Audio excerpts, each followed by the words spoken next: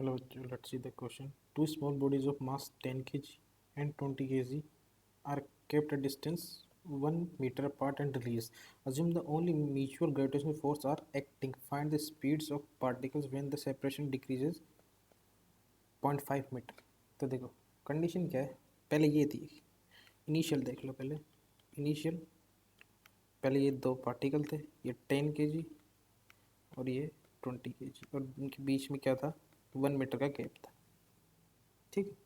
फिर क्या हो गया, इनको छोड़ दिया गया. तो छोड़ देंगे तो क्या होगा, एक दूसरे को क्या करेंगे, अट्रैक्ट करेंगे. तो फिर इनके बीच ये क्या करेंगे, मूव करेंगे दोनों. तो इनके बीच की डिस्टेंस कितनी हो गई, 0.5 मीटर, मतलब आधी हो गई है. तो ये 10 kg और ये 20 kg. चलो इसकी वेलोसिटी मैं v1 ले लेता हूँ, इसकी वेलोसिटी कितनी ले लेता हूँ मैं, v2. एक दूसरे की तरफ क्यों लेंगे, एक दूसरे को क्या करेंगे, अट्रैक्ट करेंगे. अब देखो एक बात बताओ, इस पे जो फोर्स लग रहा है वो किसकी वजह से लग रहा है, इसकी वजह से, वो इस तरफ लग रहा है. ठीक है, 10 kg की वजह से. इस पे किसकी वजह से लग रहा है, 20 kg की वजह से. ये बात समझ में आई. अब देखो इनिशियल, अब ये किसकी वजह से लग रहा है, 20 kg की वजह से लग रहा है इस पे, और इस पे किसकी वजह से, 10 kg की वजह से. अपने को पता है ग्रेविटेशन फोर्स होता है वो किस में होता है, पेयर में होता है. किस में होता है, पेयर में होता है. मीन्स ये एक्शन रिएक्शन पेयर होता है. मतलब टोटल नेट फोर्स पूछूँ मैं पूरे सिस्टम पे, तो वो कितना रहेगा, ज़ीरो होगा कि नहीं, क्योंकि जितना 10 वाला 20 पे लगाएगा, 20 वाला 10 पे लगाएगा. तो मैं ये क्या लिख सकता हूँ, पी नेट पोटे, इसको क्या लिख सकता हूँ मैं, सेकंड लॉ से, न्यूटन सेकंड लॉ से ये. तो मैं क्या लिख सकता हूँ, P net is constant. Means तुम्हारा जो मोमेंटम है सिस्टम का वो क्या रहेगा, कांस्टेंट रहेगा. एक बात तो पता चली है अपनी. ठीक है.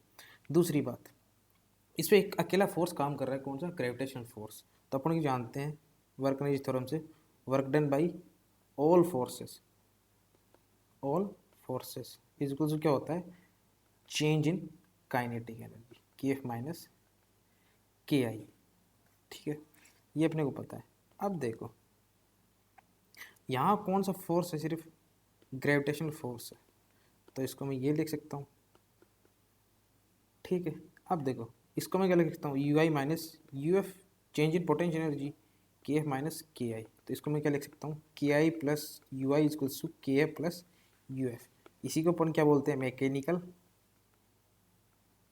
Energy conservation, energy conservation.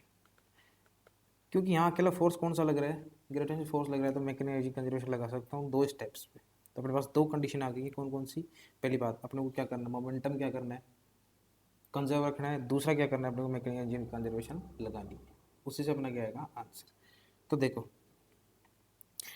अब इनिशियल मोमेंटम कितना है, इनिशियल वेलोसिटी इसकी भी क्या है, जीरो है, इसकी भी क्या है, जीरो है. तो इनिशियल मोमेंटम कितना है इसका, जीरो. फाइनल मोमेंटम, इसकी वेलोसिटी कितनी है, वेक्टर लिखो चलो, ठीक है ना.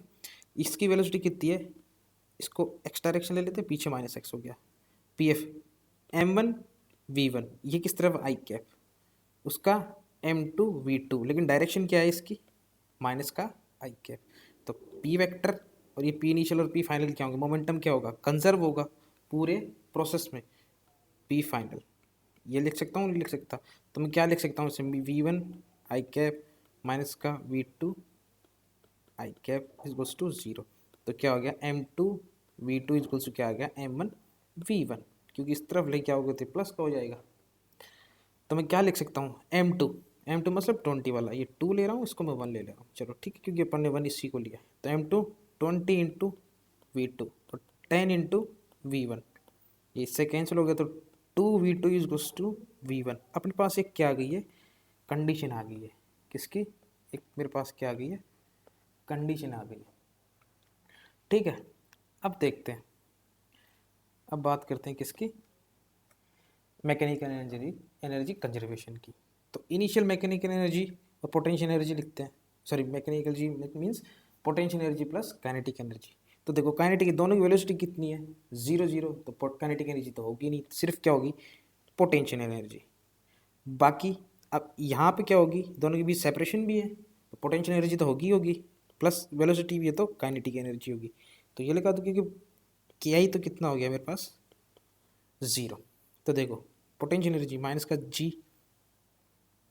जी को इंटू एम वन 20 × 10/1, इनिशियल तो यही है, is equal to U F minus का जी 20 × 10 अब ये कितना हो गया है 0.5, डिस्टेंस कितनी होगी 0.5, क्योंकि पोटेंशियल एनर्जी अपनी यही तो होती है माइनस का जी m1m2/r। ठीक है, लिख दो। प्लस का के एफ पोटेंशियल एनर्जी m1 की हाफ m1 v1 स्क्वायर, तो हाफ m1 कितना है 10 v1 का स्क्वायर प्लस हाफ m2 कितना है 20 v2 स्क्वायर। ये बात आ गई, ठीक है। अब देखो इसको इस तरफ ले आओ तो क्या आएगा, इसको मैं क्या लिख सकता हूँ, हाफ लिख सकता हूँ ना 0.5 को, तो ऊपर चला जाएगा इस तरफ आएगा तो 2g, तो ये कितना आ गया 200 माइनस का ये क्या आ गया मेरे पास g 200 इज इक्वल से मेरे पास क्या आया 5v1 स्क्वायर प्लस का 10v2 स्क्वायर। भाई याद सम, ठीक है। अब देखो g की वैल्यू मेरे पास है तो इसको g कॉमन ले लो, चलो एक बार, तो ये एक्चुअल में है क्या, ये इसको माइनस करेंगे तो g into 200 is equals to, अब देखो अपने पास क्या है, एक रिलेशन है v1 और v2 में, तो मेरे पास v1 और v2 में रिलेशन है तो क्या आएगा, तो v1 की जगह मैं क्या लिख सकता हूँ 5, v1 की जगह मैं क्या लिख सकता हूँ 2 × v2 स्क्वायर। देखो इससे v1 की जगह पुट कर सकता हूँ मैं प्लस का 10v2 स्क्वायर, तो इससे मैं क्या लिख सकता हूँ, ये 10 हो गया और सॉरी ये कितना हो गया 4 हो जाएगा, 4 × 5 कितना हो 20, ये कितना हो गया 30v2 स्क्वायर इज इक्वल्स मेरे पास क्या है 20 × g। तो v2 की वैल्यू कितनी आई मेरे पास 20/30 × g का रूट।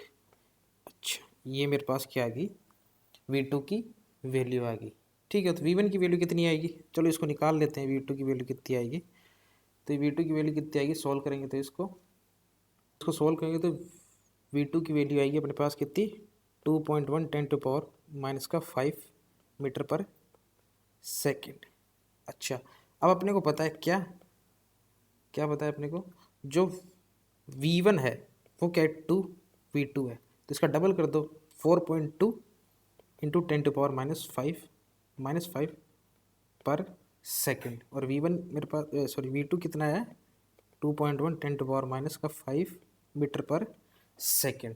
तो अपने पास ये दोनों वैल्यूज आ गई हैं, कौन किसकी, इसकी v1 की और v2 की, तो ये वैल्यूज अपने पास ये।